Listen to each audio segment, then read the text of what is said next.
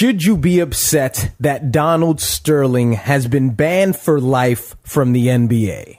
Should you be upset that a man's reputation has pretty much been obliterated through no fault of his own? Although you could make a case and say that his bigotry, his undesirable view of minorities, of blacks and Latinos in contrast to whites, the comments that he made about black Jews and white Jews and how black Jews are treated like dogs. We can all sit in unison and we can all agree that the things that were said on that tape were disgusting. But we're missing the issue here. We're missing what we should be paying attention to the most. And it's the fact that this man's privacy does not matter to anyone at all. Everyone was up in arms when the NSA's facts came out. And they were terrified of the sight of their emails, their text messages, their phone calls being probed. No one wants to either lose their job or be demoted because their employer surfs through their Facebook, their Instagram, or any other social networks, finding some content that isn't conducive to their professional life. Everyone wants to hold on to their privacy, but they don't give a fuck about anyone else's. You see a billionaire. You see an 80-year-old white man, and he's pretty much letting loose what you already thought about the world. A lot of the people that are upset about this are just people who feel that all people who fit his demographic behave exactly in the manner that he behaved. It's this, aha, I knew it. This is your view of the world. Never mind Donald Sterling's view of the world. Think about the view of your world for just 1 second. This man had a private conversation with his then girlfriend, and he told her that he didn't want African Americans to come to his games, and he didn't want her taking pictures with African Americans. Disgusting. I'm brown. I was appalled by these comments, but I wasn't angered by them. These comments didn't generate hate to come out of me, because if they generated hate out of you, then you would react in an irrational manner.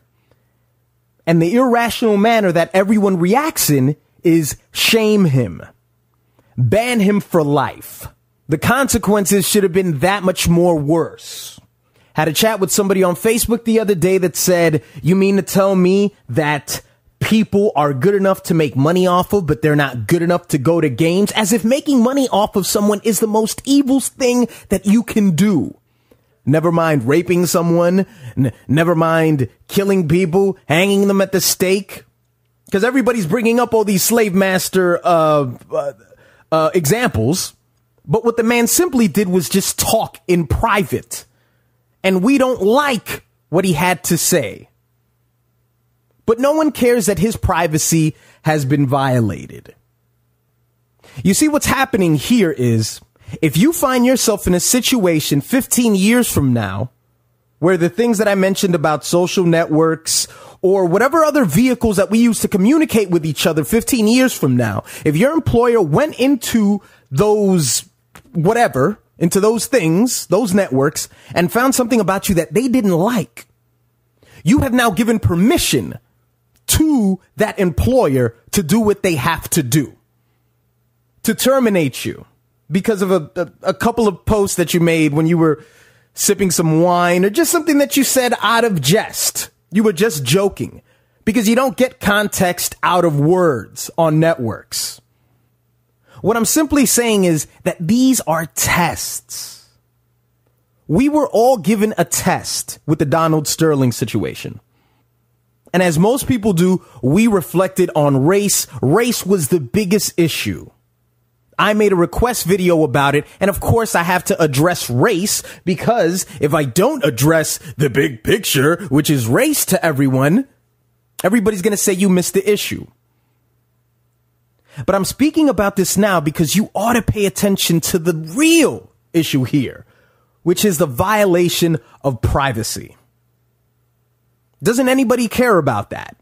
I thought we did. But now, since we've got a guy who shares his views on the world that aren't alarming, it's not shocking. Not everyone who's an 80-year-old rich white man behaves like this. But what if they do? See, from the side of him being an employer, I can totally understand why you would want him to lose his position, because he is a job creator. He is a person who is pretty much the determining factor in some people's financial growth. So you could make a case and say that he discriminates and it trickles down to his business practices. And this is why he should be terminated. And that's fine. And if you want to make that argument, fine. That's okay with me. But if we're going to make this an issue about just off of him just being a racist, and it's disgusting, you're blinded by the issue. You're blinded by the fact that he didn't tell it from the mountains. This wasn't something that he said during a press conference. This isn't something he said to a player. This is just a casual conversation. Who gives a shit how he feels? He's a private citizen. He can feel any way that he wants. This is the country for that frame of mind. Because you know what? Because I think this way and you think the other way. And that's fine. But just because he feels that way doesn't strip him of being a human being. He's still a fucking human being. I mean, is this jealousy? Is this because he's a billionaire and you're a have-not? And as soon as he expresses his true feelings about minorities, and all of a sudden it's like, fuck him, he's not a real person anymore? The consequences should be much greater? That's actually the type of shit that I heard. Arsenio did a monologue about it last night, and I don't know why I'm watching the Arsenio Hall show, don't ask me. But as soon as he mentioned Donald Sterling and he said, oh, you know, he was banned for life and he was given a $2.5 million fine, people in the crowd were like, he should have gotten more. What more do you want from the man? We're being tested. We're being tested. As with all other things, they come inch by inch like a gentleman. Okay? You ever been behind a woman and you want to stick it in her ass, but you don't do it right away because it'll startle her. She'll refuse and reject the whole situation. You have to do it inch by inch. And that's what happens with these matters. They happen bit by bit. And the way we choose to react to them determines what's going to be done with us in the future and what's going to happen to us. So we were tested with the Donald Sterling situation. And in my opinion, we failed. He's a racist piece of shit, but his privacy was violated and we failed.